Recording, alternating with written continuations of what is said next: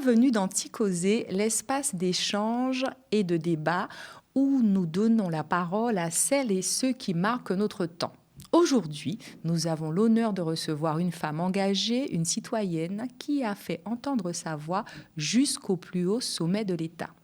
Priscilla Ludowski s'est fait connaître en 2018 à travers sa pétition sur la taxe sur le carburant qui a recueilli plus d'1 million de signatures et a été l'un des déclencheurs du mouvement des Gilets jaunes. Depuis, elle poursuit son combat pour plus de justice sociale, de transparence démocratique et d'égalité dans la société française. Avec elle, nous allons revenir sur son parcours, ses engagements, mais aussi sur sa vision de l'avenir. Merci Priscilla d'avoir accepté l'invitation dans Ticosé. Merci, bonjour. Comment vas-tu Priscilla depuis les manifestations des Gilets jaunes? On arrive pile poil aux 7 ans. C'est un triste anniversaire, ça dépend de quel point de vue on se place, mais ça commence à faire un petit moment. On ne réalise pas le temps qui passe finalement. 7 ans, le 17 novembre 2025, donc c'est beaucoup de souvenirs qui remontent, c'est des revendications dont on se rend compte que voilà, elles n'ont pas forcément été entendues et qu'on continue à se battre là-dessus. Donc, mais ça va, j'avance. Vous avancez, vous continuez à vous battre. Ouais, de différentes manières.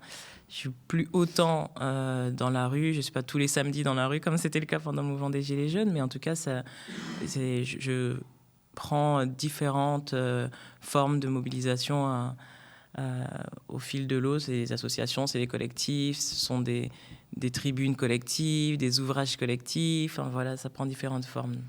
Et ça n'a pas du tout avancé? Ou alors ça a avancé un petit peu à petits pas? J'ai l'impression qu'il y a des choses qui ont avancé, des sujets dont on parle plus. En tout cas, lorsqu'il y a eu le mouvement des Gilets jaunes, on a beaucoup fait émerger la question de la démocratie, de la participation citoyenne. Donc, beaucoup de gens se battaient déjà sur ces sujets, mais peut-être étaient un peu moins entendus, visibles surtout. Puis surtout, c'est souvent associé à des sujets d'experts, d'universitaires. Et donc, voilà, c'est un peu déconnecté des fois du terrain. Et donc, là, c'est quelque chose qui a été amené dans la rue. Ça faisait un petit moment, je pense, que ça n'avait pas été amené dans la rue. Donc, c'est pas perçu comme un changement profond, structurel de la vie de tous les jours, mais ça plante des graines pour moi. Est-ce que tu as l'impression, alors je te tutoie, parce oui, qu'on se oui. connaît, est-ce que tu as l'impression que ça touche un petit peu plus la population? Est-ce qu'il y a un langage beaucoup plus approprié qui leur permette de comprendre que ce sont vraiment des enjeux importants pour l'avenir? Oui, je pense que dans la population, il y a beaucoup de gens qui se sont saisis même de sujets qui étaient un peu oubliés, ou même il y a une volonté de participer plus qu'avant, j'ai l'impression. Là, il y a une volonté de dire oui, mais on veut comprendre comment vous montez les mesures, les lois, ça se rapproche des maires. Il y a des gens qui se sont inscrits sur des listes de citoyens lors des municipales de 2020. Enfin voilà, il y a beaucoup plus d'engagement. Je ne pense pas que les gens étaient désintéressés de la politique. Je pense qu'ils n'avaient pas forcément de canal par lequel passer ou se faire entendre. Et ce mouvement, il a permis à plein de gens de se connecter aux politiques, puisque j'entendais des gens dire « je vais aller voir mon sénateur ou ma sénatrice, ou mon député, ou ma mairie pour être sur une liste citoyenne avec d'autres de la ville ». En fait, il y a vraiment eu un engouement pour la participation. Donc, j'ai l'impression que les gens se saisissent beaucoup plus de ce qui va faire leur avenir. Et du coup, il y a des langages qui se sont... participation citoyenne, c'est quelque chose que j'entendais peu. Fin du monde, fin du mois, même combat, des choses qui sont revenues pas mal. Justice sociale, enfin, on entend beaucoup toutes ces notions-là. Et c'est plus uniquement dans la bouche d'experts. Et sur la question climatique, est-ce que tu as l'impression que les gens ont compris que ça allait impacter leur vie? Parce qu'à un moment, on pensait que l'écologie, c'était d'un côté, et la vie d'un autre côté, c'était un autre monde. Oui, je pense qu'on se rend malheureusement de plus en plus compte, parce que ça touche beaucoup plus le quotidien qu'avant. Les experts lancer des alertes, c'était pas palpable. En fait, tant qu'on ne le vit pas dans sa chair, une inondation, la montée des eaux, le fait d'être potentiellement être déplacé de son secteur, de son lieu de vie, pour peut-être aller sur une autre île ou ailleurs, quand on commence à dire ça, là, ça commence à être du concret, quoi. Donc oui, les gens, je pense qu'ils se rendent compte, mais malheureusement pas uniquement parce qu'il y a des alertes, mais parce que les phénomènes climatiques, ils s'intensifient.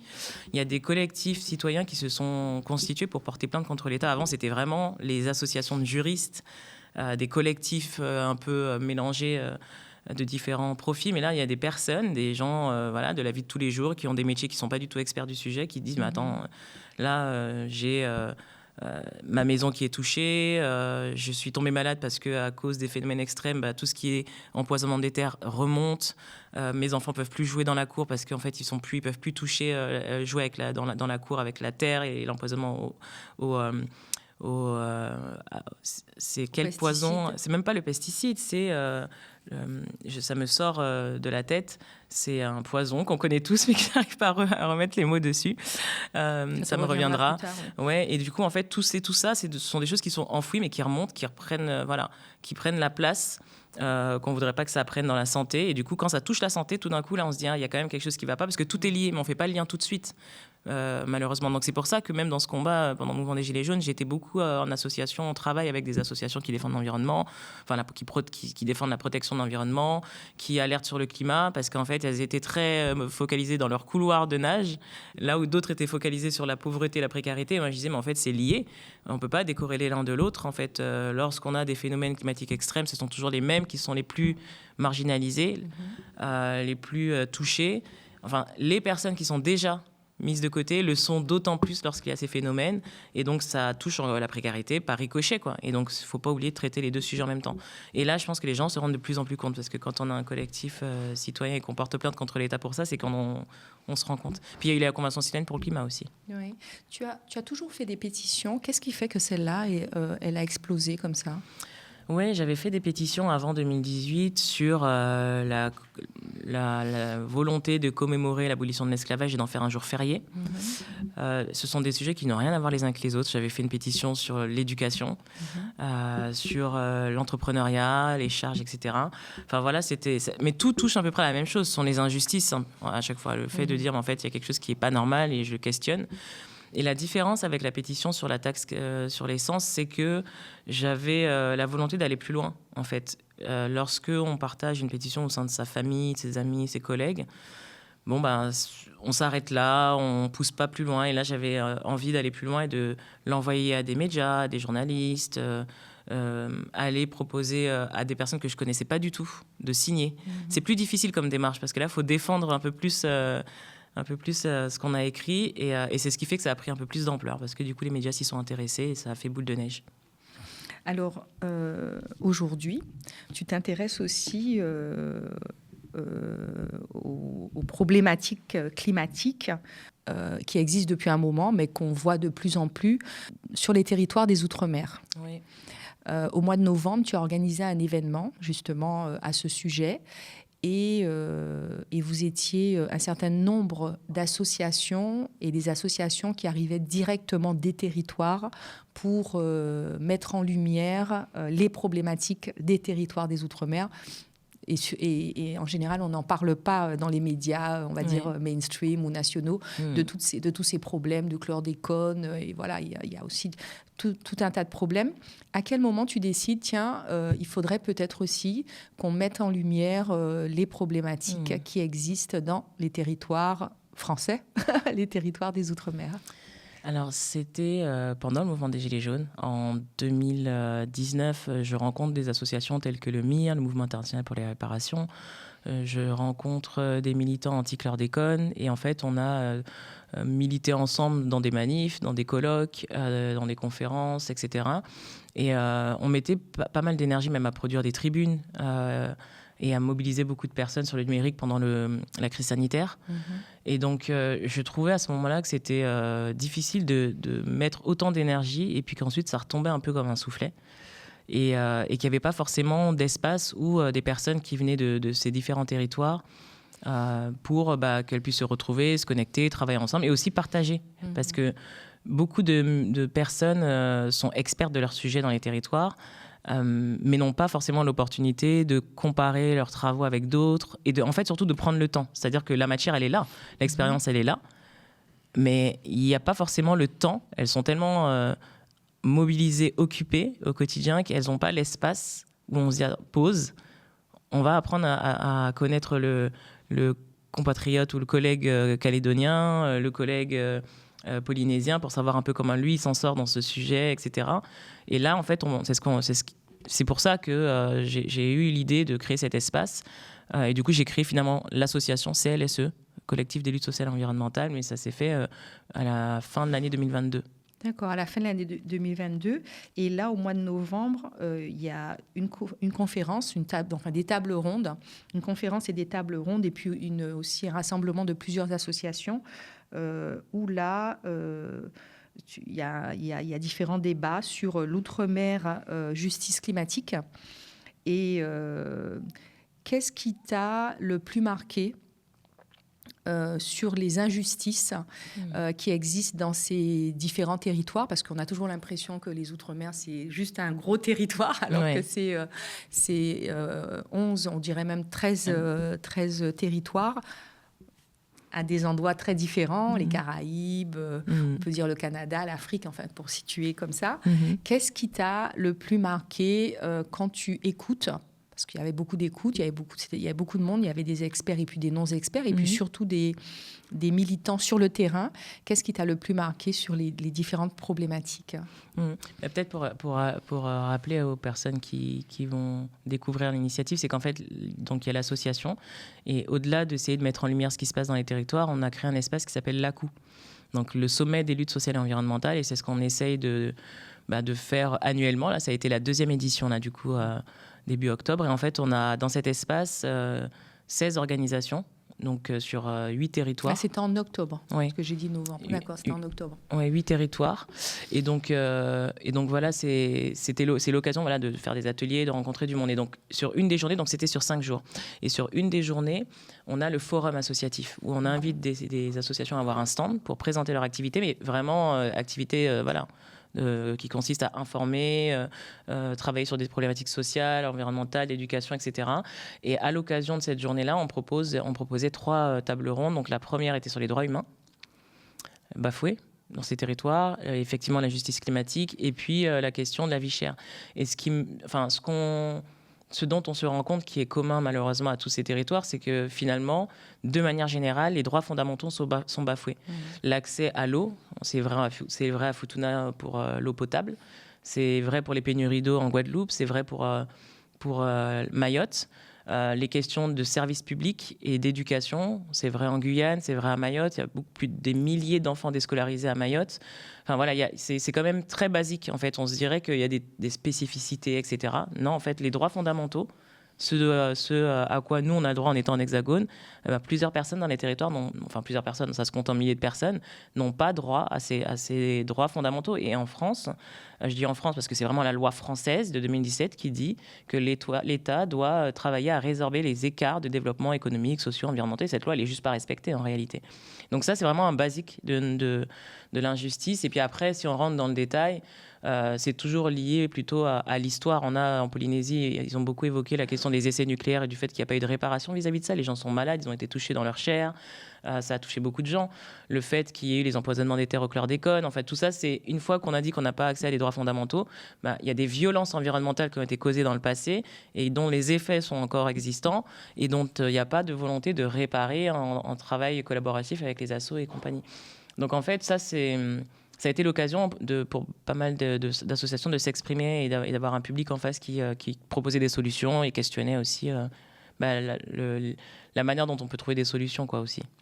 Alors, quels sont ce qui ressort le plus sur les territoires comme la Guadeloupe et la Martinique ? C'est l'empoisonnement aux pesticides, au chlordécone ? Oui, en Martinique, en Guadeloupe, on entendait beaucoup parler de cet empoisonnement au chlordécone, évidemment, puisqu'il y a eu un non-lieu en janvier 2023, et puis ça a été reporté la décision d'appel à mars 2026. Mais il y a eu aussi la question sur la Martinique de l'accaparement des terres. Ce sujet qui est assez douloureux parce que voilà, il n'y a pas forcément un accès facilité des personnes qui sont originaires des territoires et de la Martinique en particulier pour pouvoir construire un logement ou même acquérir l'accès à la propriété. Et puis ensuite, quand on a hérité d'une terre ou quoi, c'est comment les grandes entreprises s'accaparent ce genre s'accaparent les terres des autres, en fait. J'avais rencontré une fois, j'ai pas son nom en tête et je m'excuse pour ça, mais j'avais rencontré une personne qui avait justement hérité de terre et où en fait il y avait une entreprise qui avait volontairement planté des melons, qui volontairement avait mis des bêtes des bêtes, les gens qui vont nous écouter vont demander de quoi elle parle. Des animaux, du bétail. Et donc, un élevage. Voilà. Et donc voilà, en fait, c'est un accaparement, c'est un vol de terre. Et donc voilà, c'est ce contre quoi, par exemple, la Sopamar se bat. La Sopamar qui a eu 45 ans. Donc 45 ans de lutte, c'est pas rien, en fait. Et même après une expérience aussi profonde, c'est quand même difficile d'obtenir des victoires. Donc c'est vraiment une des choses qui ressortait beaucoup en Guadeloupe. Ce qui a été beaucoup dit, c'est la question de la saisonnalité et le fait qu'on devrait on devrait savoir quoi manger à quel moment en fonction des saisons, que le territoire a ce qu'il faut pour pouvoir nourrir durablement la population, et que pourtant, c'est vrai aussi en Martinique, il y a cette dépendance à l'extérieur, les importations contraintes par la monoculture, et que donc ça c'est lié à la vie chère du coup, puisqu'on importe, on exporte, on importe, et du coup alors on a de quoi faire et qu'on pourrait sur place être nourri correctement et durablement. Donc ces questions-là, elles sont toutes liées les unes avec les autres en tous les cas, et c'est pas mal ressorti sur les Antilles. Et en Guyane. En Guyane, il y a eu les questions notamment de services publics, le manque d'infrastructures, que ce soit routier, que ce soit lié à l'éducation. École, cantine. Et puis il y a même... la population, elle est jeune. C'est environ autour de la moitié de la population qui est très jeune. Donc en fait, quelles sont les alternatives à l'éducation? Qu'est-ce qu'on leur propose? Il y a du chômage. C'est quand même une très grosse problématique. On avait une assemblée générale au sein de notre association. On a invité celle de notre réseau qui travaille avec les jeunes. Il y avait la CEPANGUI en Guyane, Trop Violence en Guyane. Il y avait Habitam et Yes We Can It à Mayotte, qui sont les deux territoires. Il paraît qu'en Guyane, certains délinquants, certains condamnés pour meurtre ne sont pas en prison parce qu'il n'y a pas de place. Et donc ils sont relâchés. Alors ça, je sais pas. Il y a eu un documentaire. J'ai pas vu passer ça, mais c'est une problématique que j'entends même ailleurs. Du coup, en termes d'infrastructure pénitentiaire, c'est pas un sujet qui a été beaucoup évoqué. Ce qui avait été évoqué, c'est plutôt comment on occupe la population et les jeunes lorsqu'ils sont à la rue. À Mayotte, les jeunes sont dehors, et d'autant plus lorsqu'ils ne sont pas considérés comme des Mahorais. Ça, moi, j'ai été sur place à Mayotte et j'ai rencontré des associations qui travaillent avec les petits, les enfants, et où en fait ils ont proposé des structures d'accueil de jour parce que l'État ne propose pas d'alternative pour ces petits qui se retrouveraient sans école. Et donc si on est sans école, si ces associations n'ont pas de structure de jour, d'accueil, ces personnes seraient à la rue, les jeunes seraient à la rue. Et donc être à la rue, ça veut dire quoi? Je ne dis pas que sur 100 jeunes à la rue, les 100 vont tomber dans la délinquance ou quoi, mais en tout cas c'est une facilité possible. C'est vite fait de faire des bêtises dans la rue, et puis après ça s'envenime et on connaît la suite. Donc voilà, moi je trouve pas que ce soit compliqué de trouver des solutions à ça. Je me pose la question de l'inaction. Surtout, il y a des collectifs qui attaquent l'État pour une action climatique. On pourrait tout aussi attaquer l'État pour ces sujets-là. On doit scolariser tous les enfants, normalement. C'est un droit. Et quand on va dans le Pacifique, alors on a du côté Océanie-Pacifique, on a du côté de la Polynésie. La question climatique, elle est au cœur, la montée des eaux, la montée des eaux revient beaucoup parce qu'en fait, il y a l'association Temotu, l'association la FAPE et Arinoa qui nous rappellent que la Polynésie, c'est 118 îles et que donc ils vivent littéralement sur l'eau, et que la montée des eaux, c'est un sujet de disparition de leur identité, de leur culture, de leur savoir-faire, de leur manière de vivre et d'habiter la Terre, et que c'est un vrai sujet, que pour eux, ils décorrélent pas leur vie quotidienne de la nature et de l'environnement. Et est-ce qu'il y a des problèmes qui existent? Par exemple, tu parles de la montée des eaux en Polynésie et qui existent aussi ici en Hexagone, sur le territoire hexagonal. Ce dont il nous parlait, qui était existant dans une moindre mesure en comparaison aux Antilles, c'était le monopole qui commence un peu à s'installer. En fait, il y a des problématiques de monopole, mais ce qu'il nous rappelait dans les différents échanges qu'on a eus, c'est que la Polynésie a son propre gouvernement et que les lois locales protègent au maximum ce type de dérive, empêchent ce type de dérive au maximum, là où c'est moins le cas en Martinique et en Guadeloupe, par exemple, où on a vraiment un oligopole économique, etc. Aussi. À La Réunion. Et donc, du coup, ça commence pas mal bien aussi à Mayotte et en Guyane, il y a aussi le cas. Mais du coup, c'est un point de comparaison. Mais voilà, c'est pas aussi visible et présent que dans les autres territoires. Donc, dans cette rencontre, vous avez donc les conférences, mais vous avez un temps de travail. Oui. Et ce temps de travail, une fois que vous avez recueilli et que chaque territoire a appris à se connaître et comprend aussi les problématiques de l'un et l'autre, comment ça se transforme après ? Alors, ça se transforme en groupe de travail, en actions à mener collectivement, etc. Là, on est à la 2e édition. Donc, ce que la première édition nous a appris, c'est qu'il y avait au moins 4 grandes thématiques sur lesquelles on voulait travailler ensemble. Donc, il y a eu le dérèglement climatique. Et donc, sur cette question-là, on a commencé avec une première action qui consistait à saisir l'ONU. Donc, on a saisi l'ONU collectivement cette année pour alerter sur ses impacts, en donnant des exemples, en expliquant que les droits sont bafoués, etc. Après la première édition. La première édition, d'accord. Voilà, donc ça, c'est une action concrète qui est sortie de ce sommet. Et donc l'idée, c'était de dire, voilà, on est en première ligne les territoires sont en première ligne du dérèglement climatique. Et donc, comment ça se fait que certains droits sont bafoués, comment ça se fait que des solutions ne sont pas mises en place, etc. La deuxième thématique phare qui est ressortie, c'est la souveraineté alimentaire. Et donc sur ça, on va commencer à travailler ensemble un peu plus sérieusement, parce que là, on a recueilli les échanges, les avis, les recommandations, les expériences des uns et des autres. Et donc là, l'idée, c'est de se dire cette année, comment on travaille ensemble sur ce sujet. Ce sera une thématique phare de l'année prochaine. La souveraineté alimentaire, on va être beaucoup plus dans l'expérimentation de choses qui se font déjà. Du côté de la Guadeloupe, il y a Steve Salim qui défend les jardins créoles. Et donc, du coup, c'est une chose sur laquelle on peut travailler ensemble. On est en train de faire la synthèse de tout ça là en ce moment même. Et donc, on a la troisième thématique sur les 4 qui est la précarité. Donc, la chose que nous, on a fait au CLSE jusque-là, c'est vraiment à la marge de tout ce qui se fait ailleurs. C'est vraiment la collecte de fonds qu'on a fait lorsqu'il y a eu le cyclone Chido à Mayotte.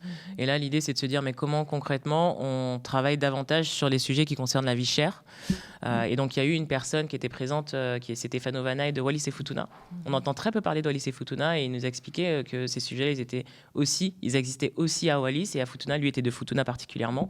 Et donc, c'est vrai que c'était important pour nous de lui donner la parole, parce qu'on entend beaucoup de ces sujets-là liés aux Antilles, à la Réunion, en Guyane. On n'entend pas parler de Wallis et Futuna, et c'est un sujet aussi. Donc, il siège aussi au sein de l'Observatoire des prix avec d'autres, et il expliquait qu'il se battait pour faire en sorte qu'il y ait des prix décents à Futuna et à Wallis. Et donc, le 4e sujet, c'est la démocratie et la représentativité.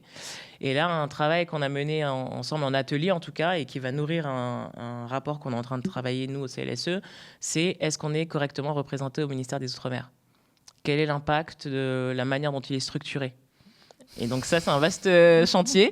Mais en tout cas, on a envie vraiment de travailler là-dessus, notamment parce qu'on a des élections qui arrivent. Et donc, on voudrait pouvoir alerter les candidats, les candidates sur la question de la représentativité. Donc justement, avec tout ce que vous avez recueilli, tu dis que donc les élections municipales arrivent, et justement la politique sur ces sujets est important. La politique, l'élu est important. Comment vous allez les rencontrer ? Est-ce que vous allez faire des propositions ? Est-ce que vous allez juste leur montrer ? Parce que je pense qu'ils sont au courant quand même. Il y a eu des rapports. Ça fait un moment qu'il y a des rapports de faits. Comment concrètement vous allez faire ? Est-ce que vous allez leur apporter des solutions ? Ou alors juste dire voilà ce qui se passe. C'est pas réglé. Ça fait un moment quand même que ça existe. Quand on prend... l'empoisonnement au chlordécone, même si, je ne sais pas si tu as vu, mais il y a des solutions qui arrivent. Il y a aussi les sargasses, il y a les problèmes des sargasses. On ne dit pas que tout est sombre, il y a des solutions, mais les solutions arrivent tardivement, ça progresse très lentement, et surtout, c'est pas... Ici, en Hexagone, les médias en général n'en parlent pas. Ouais. Quand on dit chlordécone, il faut vraiment expliquer la situation, parce que ce ne sont pas des sujets qui sont pris en compte suffisamment, qui sont suffisamment pris en compte en Hexagone, et pourtant, c'est ici que se décident beaucoup de choses. Donc, très concrètement, est-ce que vous allez emmener des solutions, ou alors est-ce que vous allez emmener des dossiers pour montrer les problématiques et pour savoir qu'est-ce que chaque maire, chaque élu va pouvoir faire pour trouver des solutions plutôt ? Alors, on a invité les élus à venir aux 2 éditions et les portes sont ouvertes. Ils sont venus? Alors, il y a un élu qui est venu et d'autres se sont excusés de ne pas pouvoir venir. Et donc, on a la volonté de les rencontrer. Ça, c'est quelque chose qui a été exprimé, en tout cas cette année. La volonté de leur dire ce sur quoi on travaille et de leur dire qu'il faudrait que, de leur côté aussi, ils unissent leurs forces, puisque voilà, au sein de l'Assemblée nationale, par exemple, ils ne sont pas forcément majoritaires en tant que corps ultramarin, si on peut dire ça comme ça. Et donc, du coup, ça fait partie des intentions qu'on a. Et on va voir comment ça va se traduire avec la prochaine édition et même avant. Mais oui, ça, en tout cas, il y a la volonté d'avancer et de pouvoir être en contact plus régulier avec eux. Pourquoi tu as eu, après justement cette pétition, pourquoi tu as eu cette volonté, même si tu me dis que tu t'en occupais déjà, mais cette volonté de vraiment rassembler, travailler sur ces sujets avec des associations qui sont dans les territoires? Parce que très souvent, voilà, c'est en Hexagone qu'on parle de l'outre-mer et on donne très peu la parole à ceux qui maîtrisent le sujet, qui sont sur le terrain au quotidien. Mais parce que je trouve que c'est important alors d'abord de leur donner l'opportunité de se connecter aux autres territoires et de leur donner l'opportunité de porter la parole, en fait, finalement, de leurs travaux, de leurs solutions, de leurs alertes aussi, de leur proposer cet espace, parce qu'il faut aussi avoir les moyens de le faire, logistique, financier, et c'est pas forcément à la portée de tous. On sait que quand on milite, tout coûte. Et donc, mutualiser les forces et les ressources, c'est quelque chose que j'avais envie de faire, me donner moi, personnellement, me donner cette mission avec l'asso, ça fait partie des choses que j'avais envie de faire. Bien sûr, en étant originaire de la Martinique, ça me tient particulièrement à cœur, mais le fait de connecter tous ces acteurs des territoires, c'est pour moi une manière de contribuer à ma façon avec ce que je sais faire. Donc moi, je considère que je fais de la mobilisation de ressources, de moyens et de connexion entre les personnes pour pouvoir porter ma pierre à l'édifice, en fait, finalement. Donc, et effectivement, je trouve que donner la parole aux personnes qui maîtrisent le sujet, c'est ce qu'il y a de mieux à faire, puisque en fait, elles ont travaillé là-dessus depuis des années, elles connaissent. Elles ont déjà même parfois rencontré déjà des élus, des ministres à travers les années. Et en fait, pourquoi ça se fait aussi en Hexagone et à Paris, c'est important, c'est les rapprocher des lieux de pouvoir. C'est pouvoir avoir l'opportunité de rencontrer et d'aller à la source, parce qu'elles font déjà ce qu'elles font là où elles le font, elles ne sont pas entendues. Donc en fait, leur donner la possibilité de venir le faire en Hexagone, c'est aussi mettre un peu plus de lumière sur ce qui se fait dans ces territoires en mettant en place ce sommet. Est-ce que tu, à un moment donné, tu te diras peut-être qu'il faudrait que tu t'engages politiquement, parce que c'est vrai que là, tu as un engagement associatif, tu t'es toujours intéressé à la société civile, à la société, tu luttes pour plus d'équité. Est-ce qu'à un moment, tu vas te dire, associatif, c'est bien, mais est-ce qu'il va falloir aller plus loin et t'engager peut-être politiquement, avoir un mandat pour peut-être défendre ces causes et avoir une voix beaucoup plus importante? C'était pas du tout mon intention jusqu'à ce qu'on me propose de faire campagne pour les élections européennes l'année dernière. Donc je m'étais engagée avec les 3 personnes de la société civile qui étaient soutenues par les écologistes. Donc on était sur leur liste à 3. Et j'avais pas vraiment l'intention au départ. On va dire que je me suis laissée convaincre parce que je me suis dit, l'institution européenne, c'est une institution méconnue. Et pourtant, elle a un impact assez important sur les questions environnementales et agricoles dans les territoires. Et que je voulais aussi tenter de créer un intergroupe ultramarin au sein du Parlement européen, qui pour l'instant n'existe pas, comme au Sénat et à l'Assemblée nationale. Et donc je me suis dit, voilà, ça c'est peut-être quelque chose que je peux faire pour essayer de donner plus de portée à ce que ces associations elles font en temps normal dans une institution qui a du poids. Donc voilà, ça c'était l'intention en m'engageant, en essayant de m'engager dans cette direction, mais c'est pas du tout l'intention que j'avais. Là aujourd'hui, je me dis pas particulièrement que je devrais prendre cette voie. Mais bon, après, on ne sait jamais de quoi la vie est faite. Je ne comptais pas faire campagne pour les européennes et je me suis retrouvée à faire campagne. Donc voilà, on verra bien. Au moment de la signature de la pétition, donc tu étais beaucoup sur les médias, invité partout. Et à un moment, tu as dit que tu essayais d'être moins dans les médias parce que c'était assez Intense. Assez intense. C'est vrai que quand on est comme ça sous les projecteurs, ça peut être intéressant pour faire passer un message, mais certaines fois aussi, c'est assez difficile. Ouais. Et toi, il y a un moment où tu l'as pas très bien vécu. En fait, j'ai dit stop parce que c'était tous les jours. C'était tous les jours, toute la journée. Parce que c'était un cumul de différentes formes de médias, puisque c'est radio, télé, presse. Et donc, en fait, c'est un cumul. Alors, c'était intense sur une courte période. Après, ça s'est tassé. Mais après, il y a eu une période où moi, je me suis mise en retrait, où des fois, des journalistes me demandaient pourquoi je me suis mise en retrait, qu'est-ce qui s'est passé, etc. Donc, je leur disais que je me mettais en retrait pour plusieurs raisons. La première, c'était parce que voilà, ça faisait beaucoup, parce que j'avais déjà fait passer un certain nombre de messages et je pense que le message était passé. Et aussi parce que je trouvais que certains messages étaient mal retranscrits. En fait, quand on a la parole directement, on peut dire ce qu'on a à dire, mais dans certains autres médias, c'était difficile quand on lit l'article après avoir passé 1 heure au café avec un journaliste et qu'on se rend compte que parfois c'est pas du tout retranscrit comme on aurait pensé. Voilà, c'est aussi faire du tri, travailler avec des journalistes qui ont à cœur de documenter les choses comme il faut, etc. Donc c'est une prise de recul en fait aussi. Et aujourd'hui, alors, quels sont tes projets politiques et associatifs? Aujourd'hui, tu en es où et qu'est-ce que tu te dis que tu vas faire? Parce que là, il y a les municipales qui arrivent. La fille curieuse. Il y a les municipales qui arrivent.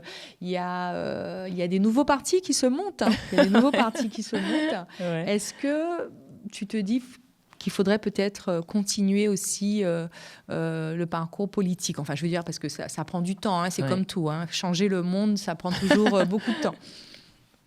Alors, là, je suis post-sommet, donc on est vraiment à fond pour documenter tout ce qui s'est fait. Donc, on a cet engagement qu'on a pris auprès des associations. Donc, ça, on va poursuivre au moins jusqu'en 2027. Donc, c'est un mandat, on va dire, limite, c'est un mandat comme la présidence, en fait, on s'est engagé, donc on s'y tient. Mais non, en fait, les municipales, je ne suis pas du tout engagée à titre personnel dans les municipales, à titre professionnel, parce que je travaille pour une association qui fait des campagnes pour les candidats progressistes. Donc, du coup, de toute manière, j'y touche d'une certaine manière, mais à titre personnel, c'est pas du tout une direction que je vais prendre là, vraiment. Donc voilà, pour l'instant, c'est la voie associative. Voilà, donc j'aurais pas de... j'aurais pas d'exclus. En tout cas, il n'y a pas d'exclus sur ce sujet, vraiment. J'aurais pas d'exclus. Tu ne seras pas en campagne municipale. Non. Enfin, tu ne seras pas, toi, candidate. Pas du tout. Mais tu vas travailler quand même... au service de... En tout cas, merci Priscilla d'avoir accepté cette conversation d'Anticauser. Et on va suivre ce que tu fais parce que c'est très intéressant pour surtout les Outre-mer. Merci à toi. Merci d'avoir suivi Ticauser et je vous retrouve très vite avec une personnalité tout aussi passionnante. Au revoir, à bientôt.